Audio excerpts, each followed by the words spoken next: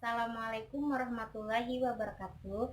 Perkenalkan, nama saya Risnawati, NIM 1705065054, kelas B, Program Studi Pendidikan Ekonomi, Fakultas Keguruan dan Ilmu Pendidikan Universitas Mulawarman. Di kesempatan kali ini, saya akan menjelaskan mengenai di panggung, selama, dan di akhir presentasi. Dalam presentasi, ada beberapa faktor yang akan mensukseskan Anda. Yang pertama itu, kemana harus menatap dan di mana harus berdiri. Yang kedua, menyiapkan diri. Yang ketiga, menggunakan suara Anda. Yang keempat, menerapkan strategi tanya jawab yang efektif. Dan yang kelima, mengakhiri presentasi Anda secara efektif. Yang pertama itu faktor kemana harus menatap dan bagaimana cara berdiri. Jadi dalam presentasi kita harus menunjukkan raut muka yang ramah kepada peserta, karena di awal presentasi kita harus bisa memperbesar rasa percaya diri kita dengan menatap mereka.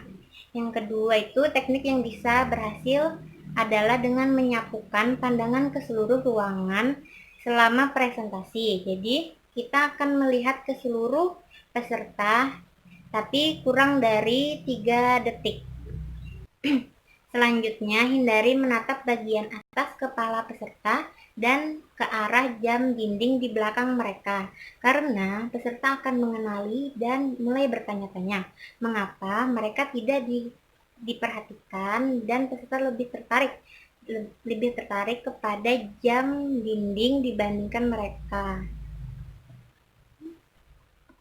Selanjutnya, Anda tentukan apakah Anda ingin presentasi dengan berdiri atau duduk. Jika Anda memilih untuk duduk, maka usahakan tidak membelakangi meja, agar tidak menjadi penghalang antara Anda dan audiens.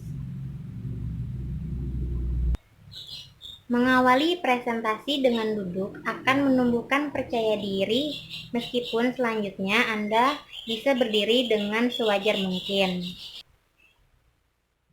Jika Anda memilih untuk duduk, usahakan rileks dan jangan sekali-kali mencengkram tangan kursi. Ambillah sikap yang nyaman untuk lengan, tangan, kaki, dan telapak kaki Anda. Umumnya presenter dinasehati untuk duduk tegak di kursinya agar tidak terlihat kaku.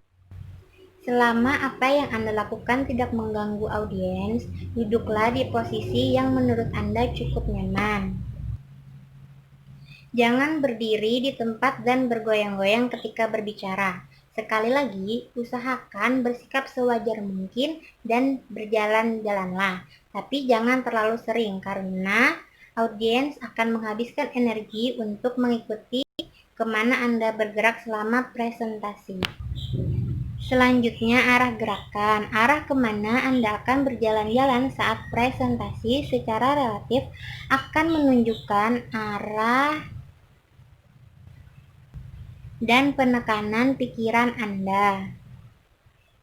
Jika Anda menuju ke audiens, maka Anda sedang mengisyaratkan apa yang Anda katakan sangat penting, dan Anda tengah menekankan fakta ini.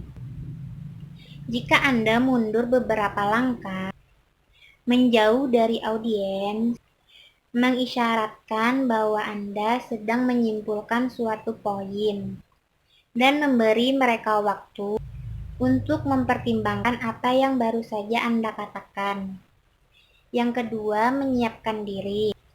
Bagian utama dari presentasi Anda adalah menyiapkan tempat yang akan Anda gunakan untuk presentasi. Susunan yang menguntungkan dan dapat kita terapkan yaitu yang pertama, menyatakan informasi, pandangan, atau proporsi Anda. Yang kedua, menunjukkan bukti nyata dan fakta untuk mendukungnya, termasuk apa saja yang bisa digunakan untuk menangkis argumen yang telah Anda antisipasi sebelumnya. Yang ketiga, mengulangi kembali informasi pandangan atau proporsi Anda dalam bentuk rangkuman. Yang keempat, mengorek pertanyaan, pandangan, persetujuan, dan sebagainya dari audiens. Yang kelima, mereview diskusi dan merangkum hasilnya.